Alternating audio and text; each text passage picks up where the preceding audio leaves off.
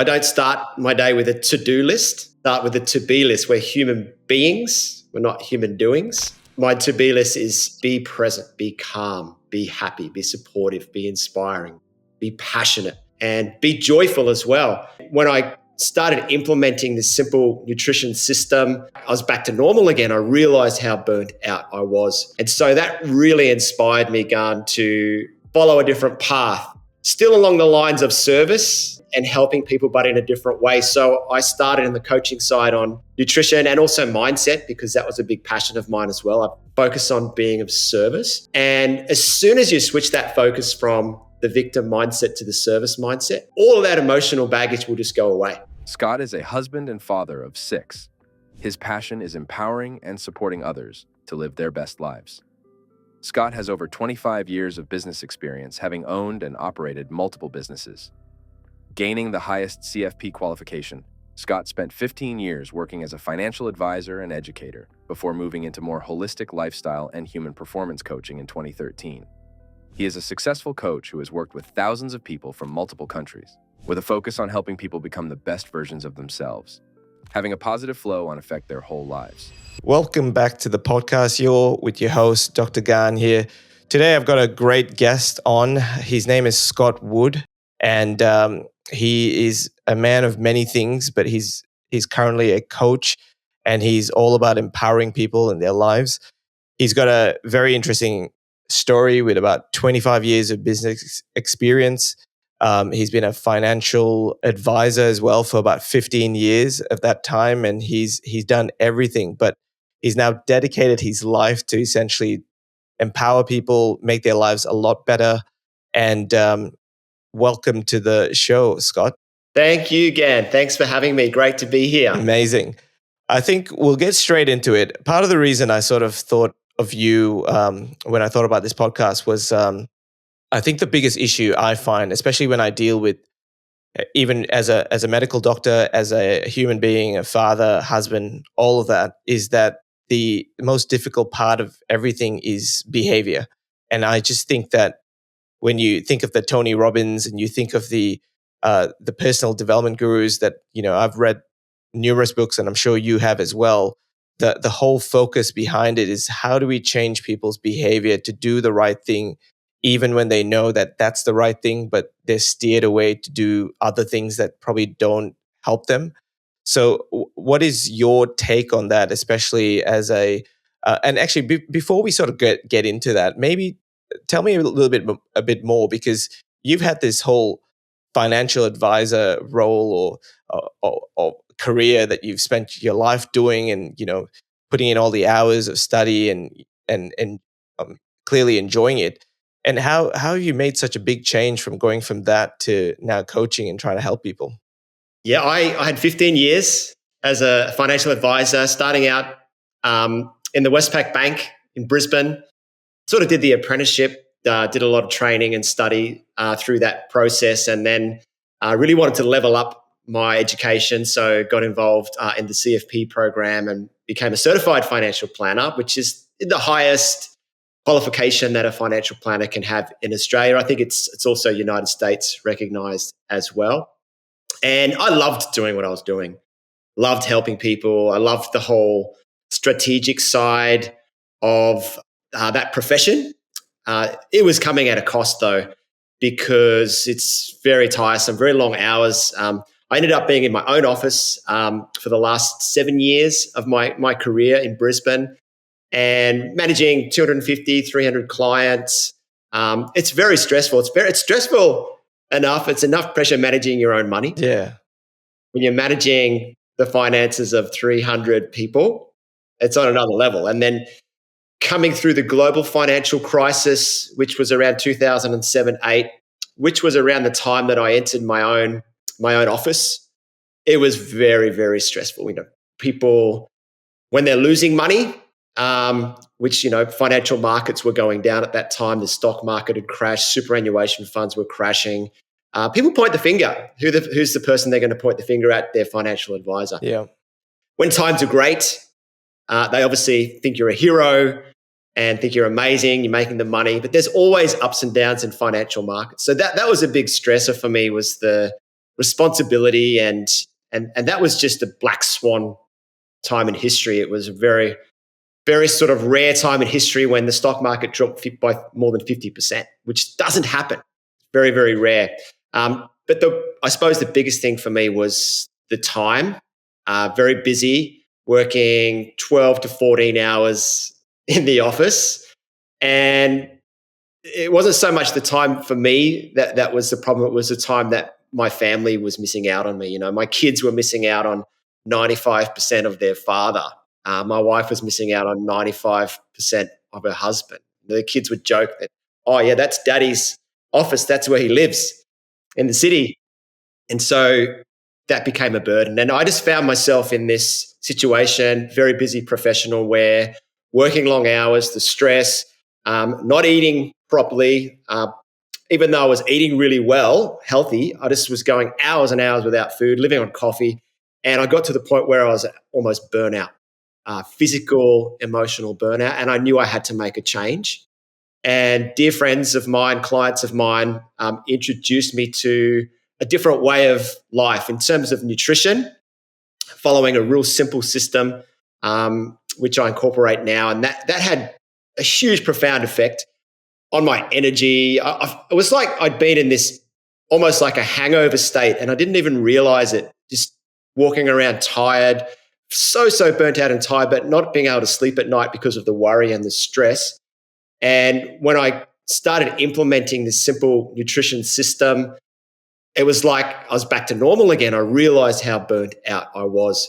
And so that really inspired me, Gan, to, and I was interested in nutrition already. It inspired me to follow a different path, still along the lines of service and helping people, but in a different way. So I started in the coaching side on nutrition and also mindset, because that was a big passion of mine as well. I've worked with Tony Robbins during all his programs for the last 20 years. So speaking of Tony Robbins, so the mindset is so important. Yeah.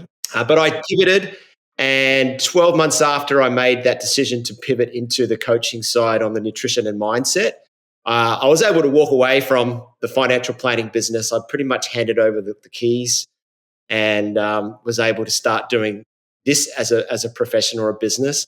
And the difference being is that, you know, I'm sitting in my home office here now, take the kids to school, pick them up from school. I'm a very present father. I'm a very present husband, and just overall way more calm and present and emotionally, physically in a much better state than what I was, but still being able to serve, I believe, at a very high level and impact people's lives, but in a different way. Let's unpackage that a little bit. Obviously, that was quite a dramatic. You mentioned that you almost got to the point where you felt like you were going to get burnt out. Did you?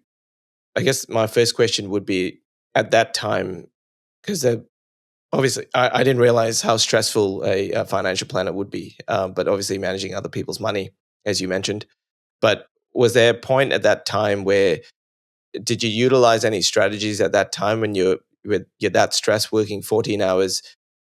Looking back now, what were you doing then? Yeah, I certainly did. I was blessed to work right on the Brisbane River, near the Botanical Gardens. So at lunchtime, I'd often get out and go for a walk, just move my body, breathe, get in the sunshine. I was a member at the gym across the road, and I'd go in and do a workout. Often I'd go in and do the midday yoga class, because that was just a way to just unwind and just get in that relaxed state. So I was doing some practices to help me through that situation. Yeah. And obviously doing work with the likes of Tony Robbins and reading and just doing whatever I could. But it was just it was a poor environment for me. The biggest thing that was impacting me the most was the impact that me being away from family was having on them. Yeah. And now that you've obviously, can you look back now and think like, gee, I don't know how I lived that life? I do. And I share this story a lot, Yeah. Especially when I'm talking to professionals, busy professionals. Yeah. I'm grateful for that experience and for that 15 years of of learning and learning about financial markets. And that also helps me as a coach as well, because I can bring that in. Yes. But it helps me appreciate the value of time. Yeah. Where I felt back then, time, it wasn't mine. I was being controlled by time, where I feel I've made the mental shift now to take more control of my time. Yes. And prioritize the most important things. And all of the other things come outside of that. Yes. It's interesting because the older I get, I think you realize that there's the biggest resource everyone thinks is wealth and money. And don't get me wrong, it's important. But the biggest resource that we can't get back is time. And especially time with your loved ones, the people you care about. I think there are a lot of people out there who are busy and professionals, and oftentimes we forget what the main thing is. And but yet we're chasing this thing that we need to get and strive for. So it's interesting that you mentioned that how important time is, and how we take it for granted a lot. Yeah, absolutely. So when it comes down to, as I mentioned, a lot of busy people, they don't have time. I think their behaviors are something they can't control. They feel they have no control over because, I don't have time to do this. I don't have time to exercise. I don't have time to move. I don't have time to put time aside to hang out with the family because I'm busy. And I'm just imagining those days when you were working 14 hours and your kids thought you lived in the office. What would you say to someone like that? Or what kind of strategies could you come up with for someone who feels that way? Yeah. Well, for busy people, and that was myself included, but all the professionals I've worked with that are very busy, that is the script they run. The story that they run is that they don't have time. And I'll talk about the nutrition side here, because that's really my expertise and where I work in mostly at the moment, and what impacts that story can have on your health. So just imagine you're a busy professional. You've got to be in the office early. You get up. You don't have time for breakfast, so you have a coffee. You will have time for a coffee, though, no doubt. Get into the office, meetings, to-do list, and morning tea time comes where you probably should be eating something, but you don't have time, so you're going to go for another coffee. And a lot of professionals will get to lunchtime and had nothing but coffee all through the morning. And then if they're lucky enough to be able to stop for a moment to eat lunch, then they'll get lunch. But what I see, and what was my own experience, was that you could go all day without eating and just living on coffee, and the impact that has at a hormonal level in terms of stress on the body. So in the morning, that type of person would usually wake up, perhaps would have low levels of cortisol in their system, that stress hormone, but need coffee to bring them up, right? And then it will keep crashing up and down throughout the day, more coffee, but it gets to a point where then that stress levels start to go up significantly. And then that has a really devastating effect on the body in terms of mental clarity, energy. It will smash a person's energy. It will cause that afternoon fog to come in, that afternoon 2 p.m., that 2 p.m. wall where, okay, I need another coffee now. Could be the fourth one for the day, just to get through the afternoon, because the stress levels are so high. And the fact that there's a lack of nutrition, and in particular a lack of protein. Like, protein is the biggest thing, the most important nutrient now for us, for human beings. And there's more and more research coming out on this Gan now, and perhaps there's some great new books as well. That there's one that I've recently read called Forever Strong, which is about the importance of protein. And we need about 1.6 grams of protein per kilo of body weight per day, just to maintain a healthy level of muscle. To build muscle, you need around 2 grams of protein per day. But the new science shows that most of the health concerns that people are facing today, and I won't list them all, I'm not a medical person, but a lot of it is being attributed to a lack of protein, which is a cause of it as well. So you think, like, for a person that is, say, 100 kilos, That's around 160 grams of protein that that person would need a day. Maybe someone that's half that size, 50 kilos, they'd need 80 grams. Most people are living on around 40 to 50 grams of protein per day. And that is putting such a stress on all the body systems. And so that in turn elevates the stress when the person is already stressed, already has that high level of cortisol. And then sleep time, with all of the other pressures and emotional pressures, the business pressures that are that are bombarding professionals day in, day out, then that is also impacting sleep. And so a person will be very, very tired, very, very burnt out, on the edge of burnout. You would expect that they would get home and have a decent night's sleep, but no, because the stress levels are so high, it's impacting sleep. And then that vicious cycle kicks in the day after and the day after and the day after. And weeks go by, months go by, and that really, really stacks up and can cause people a lot of emotional and mental concerns as well. It's quite interesting you mentioned. There's a couple of things there. The first thing was, uh, it's funny. I don't actually drink coffee, which might sound a bit crazy for some people, but I'm glad I don't drink coffee, because for the people who do, they're pretty addicted to it. But the whole missing the breakfast is almost, some people think that's intermittent fasting. I don't eat breakfast, but I eat lunch and dinner. But the point about what people eat, I think that's important as well. Like if they do have lunch, it's never good. It's usually a toasted sandwich or a bagel, something that they can go on the fly because they're busy.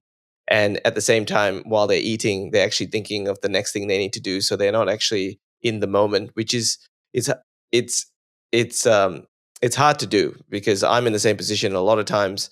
I've got a busy practice and I've got patients, and I'm thinking with the next thing what I need to do. So I eat just because I need to get the food down.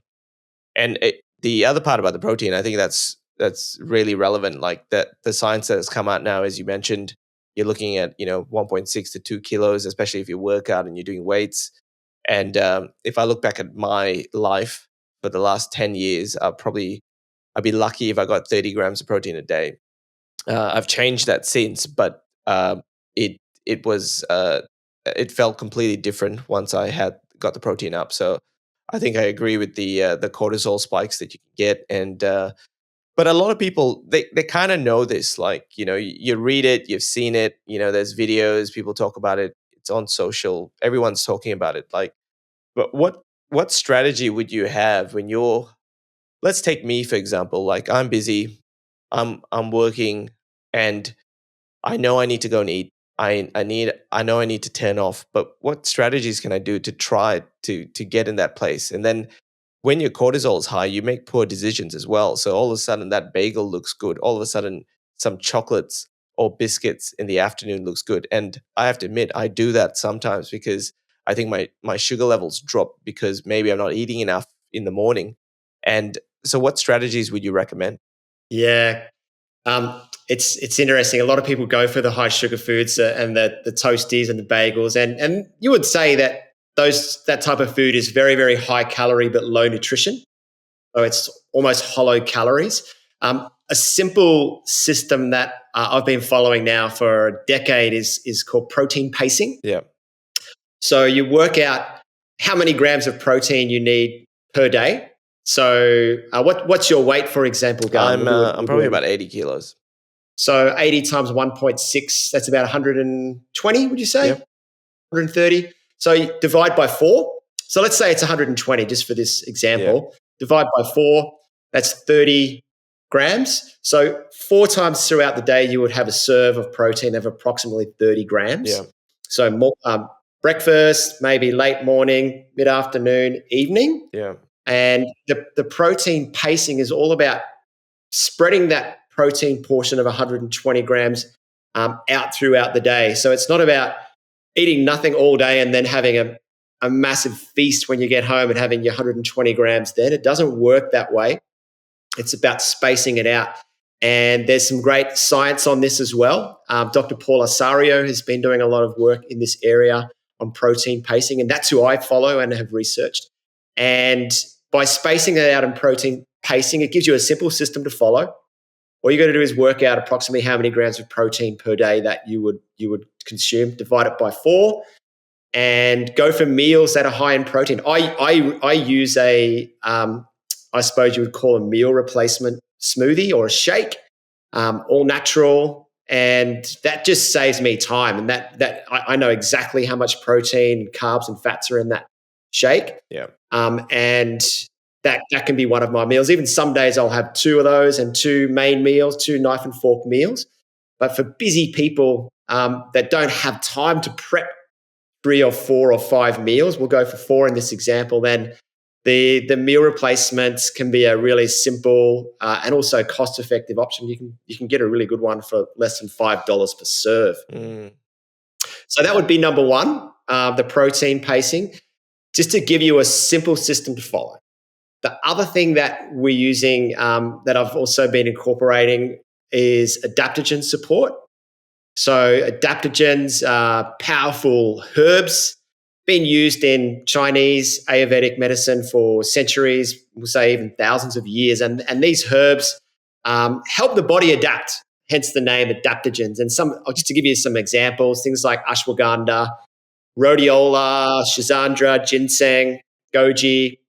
And these herbs or botanicals, they're from remote parts of the world. They have to adapt in drought or cold conditions, flood conditions, altitude. And in the body, they have an adaptive effect where they buffer cortisol, they buffer stress, they help to sort of restore balance and really bring all the body systems back to normal. So if you think normal is a 5 out of 10, where high stress is, up to 9 and 10 out of 10, and burnout is down around number 1. The herbs will help bring back to a level 5. So they're biodirectional. So they work both ways to bring your body and all your body systems back to normal. So they help with energy, they help with sleep. But the important thing is helping buffer stress and manage stress. So that's something you can easily incorporate as well. When would that be incorporated? Would it be the most important thing? Yeah, just a daily tonic. So there's in the morning. You can get it from a naturopath. I use one that's all pre-made. I just have a 30 ml serve daily every morning. Sometimes I'll have it if I've had a big day, especially if I've done some heavy lifting or squatting or gym. I'll probably have a second serve throughout the day just to help my body adapt to the stress and the load I've placed on myself. But just incorporating it daily. And so the thing that the adaptogens do as well is really help with sleep. And there's been a lot of studies done on adaptogens with sleep, and around 33% improvement in sleep quality if you're consuming adaptogens daily. And I think for busy professionals, both men and women, with what I've been personally researching, the 2 most important things is getting enough quality protein and having good quality sleep can really help with energy and just being able to maintain that level of energy that we need to be productive all throughout the day and avoid those afternoon crashes. And I think the way that people can be consistent with it and feel like they can do it is if they have a simple system to follow. Without a system, without sort of a bit of a roadmap or tracks to run on, people will fall back into those bad habits. Yeah. And I think that's the issue though. Like, you start off the week and you say, I'm going to work out a couple of times this week. These are the times I'm going to do it. I'm going to have dinner with my family. But you work kind of encroaches a lot of that, So if I'm in that position, for example, I'm using myself as an example, but I'm sure everyone is in that position. How do I sort of, from a mindset perspective, how do I sort of break myself away? Let's say I'm taking care of my nutrition, I'm sleeping well, but my stress is still quite high. How do I move away from that? I think it just comes down firstly to having the self-awareness. A lot of people aren't aware that they're not exercising, that their stress levels are high. People are just, like I said, in that almost hangover-like state. So having the awareness, that self-awareness is key.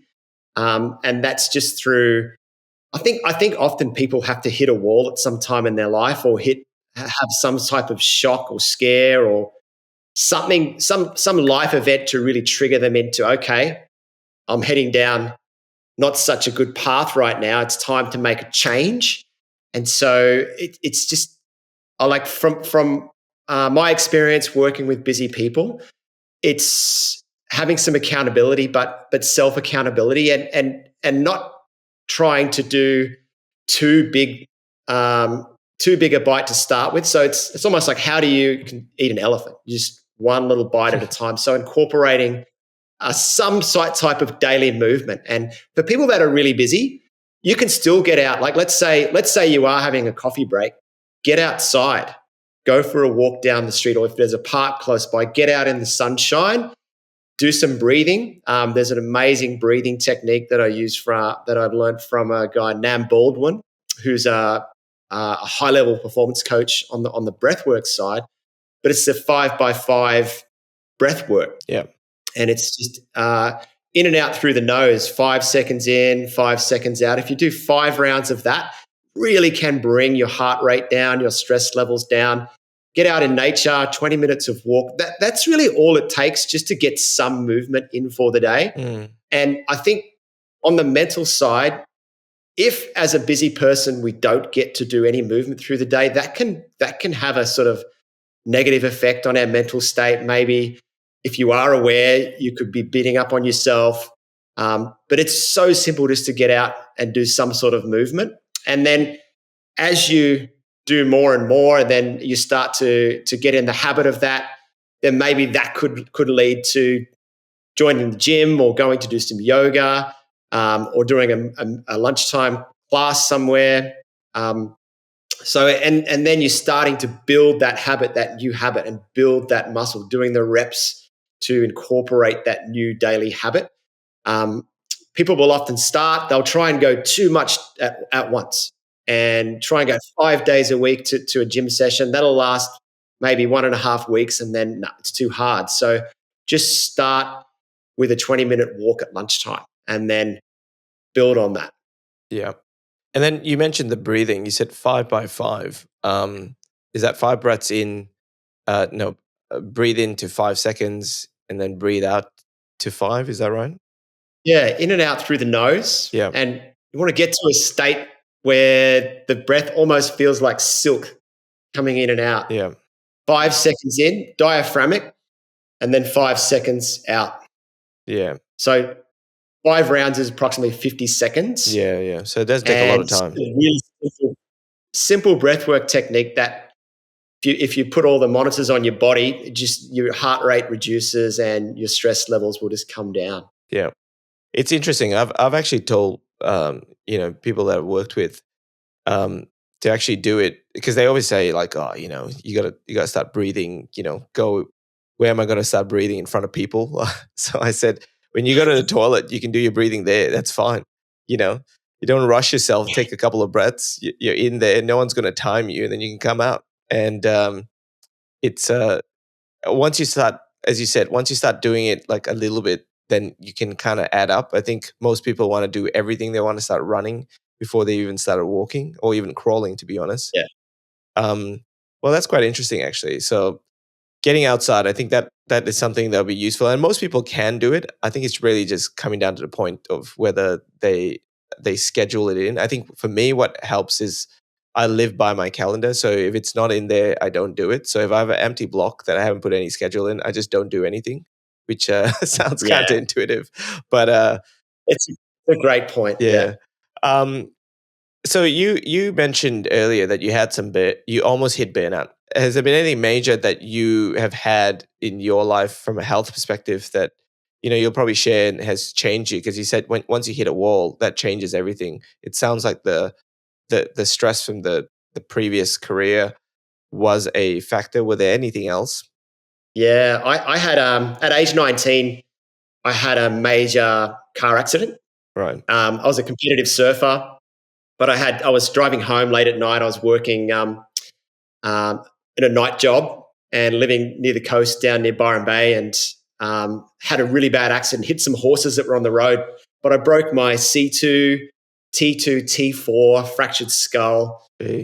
hospitalized for 4 weeks. And I was in a big body brace for 9 months. And that was a real pivotal moment in my life in terms of really valuing my life and being grateful for every day that I just wake up. But it also put me down a path of self-development and taking care of my body. So I started reading books, started training in the gym, and I look back at that as I think one of the most defining moments in my life that I loved what I was doing. I loved surfing. Obviously, I couldn't do that at the same level at the time, but it led me down a different road. And I think that was the biggest thing that happened in my life that has impacted my health and mental well-being. Right. And at the time, did you have any deficit at the time? Like, issues with walking or?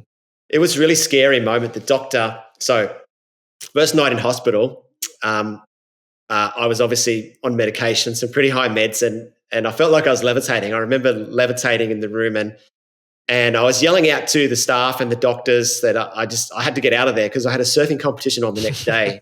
and Priorities, the next day, the the nurses were sort of laughing at me, saying, "Oh, do you remember last night yelling at us?" And I'm like, "Oh, I'm really sorry, but I really do have a surfing competition on." And anyway, the doctor came in and he said, "Mr. Wood, you've had a serious accident. You've broken your neck and your back in a couple of places." And he said, "You're unlikely to ever surf again or do anything physical again. It's very serious." Yeah. And that just crushed me. But I actually used some swear words, Yes. some profanities to the medical team there, and said, "No, that's not happening. You can't tell me that that's going to happen."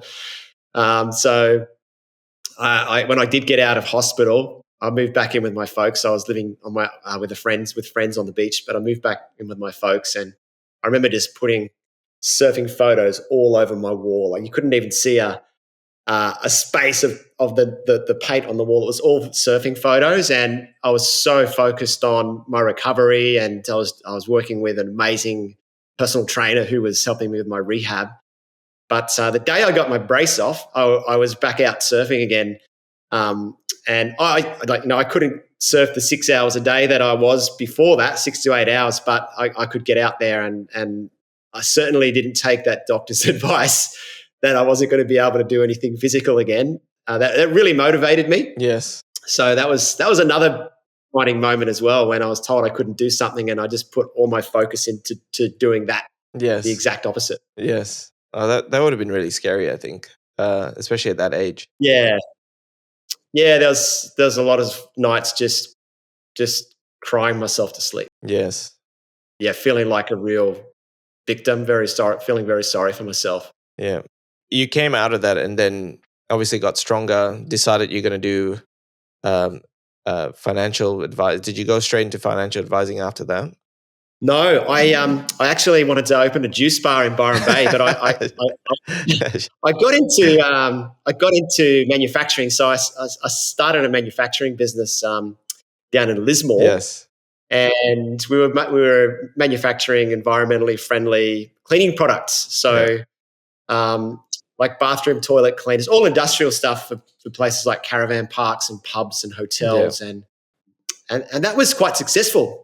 Made some great relationships with some great contacts down there, and being a local manufacturer, we were really well supported. So that was my first real experience into business. Yes. And then I did that for 4 years, and I sold out, and I moved to Brisbane and started in finance. Right. Gotcha.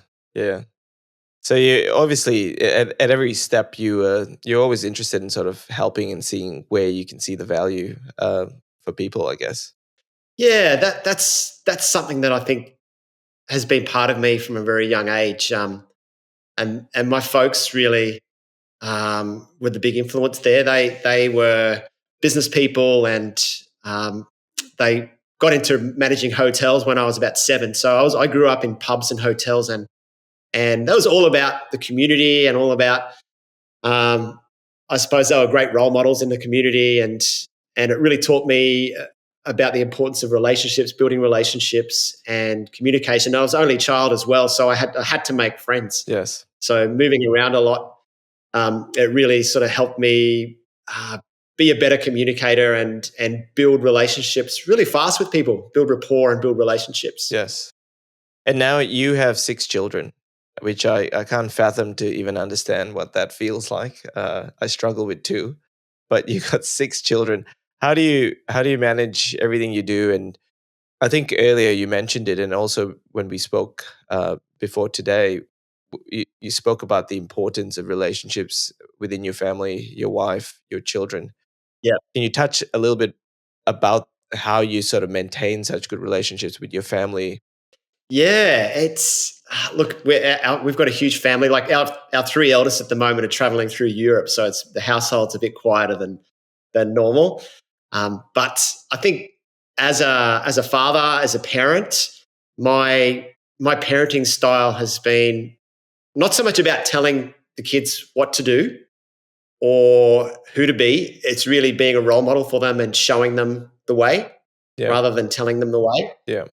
And I think that's really worked. I've never been a parent that has micromanaged or um, been angry, or there's still times obviously where you have to sort of raise your voice to get them moving out of the door to school. And my wife is the same. We've got similar parenting styles where we're all about empowering them and just showing them through our own actions. Mm.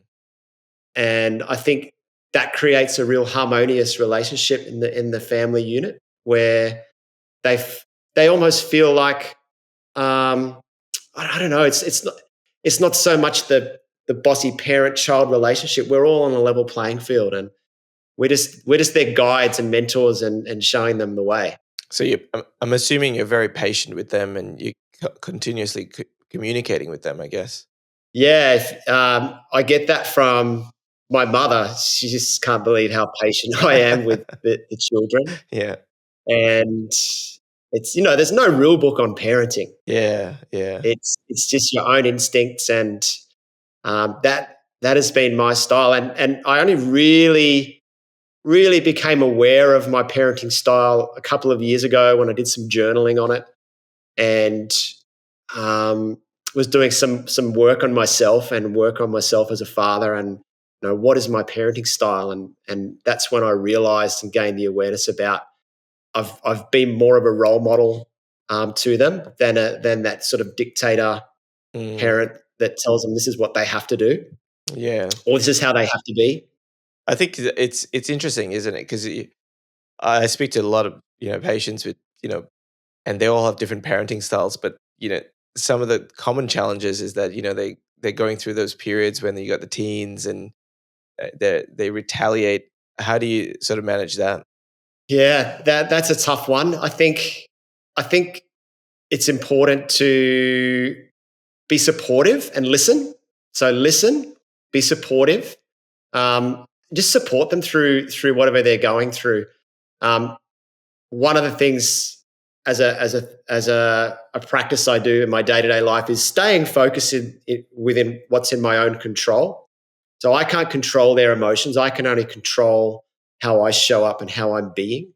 So I'm always very focused on how I'm being for them in the day-to-day moments. And that's actually one of the things I do as a daily practice every morning is write my to-be list. So I don't start my day with a to-do list. Start with a to-be list. We're human beings. We're not human doings. So my to-be list is be present, be calm, be happy, be supportive, be inspiring, be passionate, and be joyful as well. And so I think having that mindfulness, and I've been doing this for years too, by the way, and just being in that state and being in that state around the children, they can flare up, they can have their emotional blow ups if, as teenagers hormonally. I stay in that rock solid space for them, then they feel safe.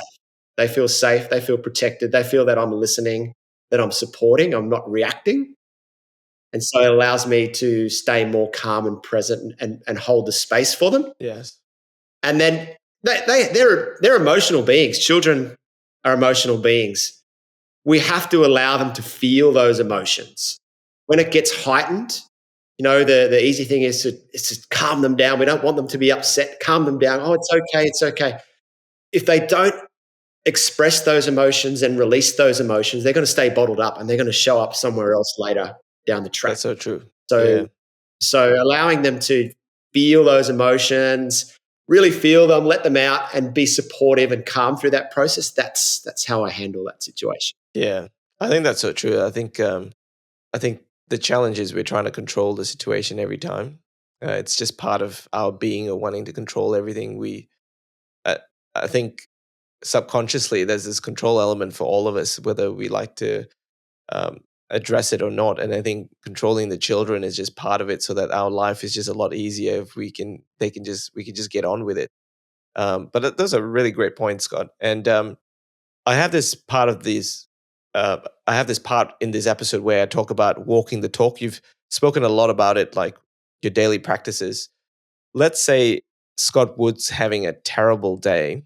You've done the B list, and what do you do to get yourself out of that funk? Or what on a bad day when you're trying to, things are not going the way it's supposed to. You're woken up late and everything's kind of falling apart. What do you do to sort of get out of that? And how do you practice what you preach? Yeah, just to answer your question, how do I get out of that funk? And everyone goes through tough days, rough days. When we're feeling emotionally challenged or stressed, if we're having a tough day, quite often, if you really have the awareness, you realize that you're focusing on yourself. We're focusing on ourselves and our own needs. When we're focused on ourselves, and I call it the victim mindset. It's like, why did this person do this? Or, why is it raining today? Or, why's traffic so bad? It's that victim mindset. And it takes awareness. And I've used this word before, awareness, having the self-awareness when you're falling into that mindset where you're focusing on yourself. That's when you're going to experience that poor emotional state, especially if you're in that victim mindset. So it's having the awareness and then shifting that from the victim mindset to the service mindset, where how can I be of service? Who can I help right now? It could be a client if you're at work. It could be, okay, who's 3 clients I can ring up and support and serve right now? Or if you're at home, how can I brighten up my son's evening? Or how can I brighten up my wife's evening? Focus on being of service. And as soon as you switch that focus from the victim mindset to the service mindset, all of that emotional baggage will just go away. Because when you're being of service and when you're helping another person, whether that's a client, whether that's a staff member, a team member, your children or your loved one, you're going to shift instantly into a beautiful emotional state. So that's something that I do personally as a practice that I coach as well, is going from the victim mindset to the service mindset. But just in the day-to-day, you mentioned walk the talk. What do I do? I'm following everything that I've been speaking about today. So on the nutrition side, I follow the protein pacing strategy. I take my daily adaptogens. I also do nutritional fasting. So you mentioned the word intermittent fasting before. I do intermittent fasting, but I incorporate nutrition along with that. So it allows me to maintain my metabolism. Not enough nutrition to break the fast, but I usually do 36-hour fasts, maybe once a fortnight, once a month. Every few months, I might do a 60-hour nutritional fast. But that just helps to rejuvenate, to reset, keep my body composition in check, keep my energy levels good, my hormones balanced, improve sleep. So on the nutrition side, that's where I'm at. I eat very healthy. I exercise daily. I get out in the sun. I walk the dog every day, get in the sun. Plus, I'll go to the gym and do some training. So that's on the nutrition and fitness side. On the mental side, I have this beautiful morning ritual that I follow, and this is things that I've learned from all of my teachers over the years. People like Tony Robbins, and I've done a lot of work the last couple of years with Ben Solkeld from the Rising Kings movement. Yeah. And a lot of his daily practices I've incorporated as well. So I start the morning when I wake up with that breath work that I spoke about. And then I get into I read the Daily Stoic every day. Yeah. Just one page. It's a brilliant, brilliant book. And it's still one page per day reading in the morning. And it's all about focusing on what's within our control. So it's really life lessons from people like Marcus Aurelius and Epictetus and the Stoics. This is powerful, powerful wisdom. And then from that, I go into a meditation, which is just lying flat, meditating for around 5 to 10 minutes. And that is a beautiful, beautiful practice. That is where I think I download a lot of my ideas and inspiration that I incorporate into my day-to-day life. And then coming out of the meditation, I do 5 to 10 minutes of journaling, just unpacking the meditation, unpacking whatever is going on in my mind. So whatever my mind is saying, I'll write it down. Even if I've got a blank, I'll say I've got a blank, and I'll just start writing. Yeah. And that journaling, the meditation and journaling has huge impact in my life. Yeah. And then the final part of the journaling is, like I said, is to write my to-be list for the day, and then I write down gratitude as well. So and then I start my morning, get out there, have my morning shake, get into the workout, take the dog for a walk, run the kids to school. But that sort of sets me up for the day, sets my intention for the day, sets the intention of who I'm being and my state for the day. Yes. And the days where I'm busy and I let's say it's something on with the kids and I miss that morning ritual, I really notice it. Yeah. I really notice that I sort of way more on autopilot through the days where I miss that morning ritual. Yes. And it's just become a way of life for me now. It's not something I even have to think of. I don't even have to schedule it anymore. It's become a habit. Yes. And a way of life. That's amazing, Scott. I mean, we are creatures of habit, and I think and your morning routine, or you can do that in a short period of time. Like you said, you're only meditating 5 minutes, and then you're getting up. So you reckon in 45 minutes you can, or even half an hour, you could do all of that? Yeah, absolutely. It takes me less than half an hour. Yeah, perfect. Yeah. So there's no excuses for anyone who's busy, who finds that the morning routine's taking too long. It's non-negotiable for me. My wife gets up, she'll go down and grab coffee, and she'll come up, and I'm finishing off my meditation, and I'm just going to do my journaling now, darling, and I'll write down what I'm grateful for, and she's cool. She just gets on with her morning and lets me do my thing. Yes. Well, Scott, but it's interesting, Gard, as a father. Yeah. I've noticed one of my daughters in particular really embraced that, and I didn't coach her to do it. She just noticed me doing it and started doing her morning meditation, her morning journaling, which is beautiful to watch. Yeah, so essentially our children basically model whatever they see. So if you're doing this, it's only going to be natural for them to actually just follow on and do it as well. Yeah, absolutely. They don't do what we tell them to do. They do what we do. Exactly, what we show them. Yeah. Scott, I'm going to end here with, as you mentioned, your gratefulness. So I'm grateful that you came on the show and to share all that really powerful information. And there's essentially no excuses for anyone who's busy or is in that place where they think it's really challenging to do or make little tweaks. And just as you mentioned, I think everyone can take a little bit a little bit of what you mentioned and just add that into their life, even if it's just small bits. Absolutely. And you really nailed it before, where you spoke about scheduling things in. I know for very busy people, run on tight time frames, it's scheduling those things in, or even just a couple of things daily, and then just building on that. Yes. And start stacking those habits each week and build them up over time. Yes. Well, that's perfect, Scott.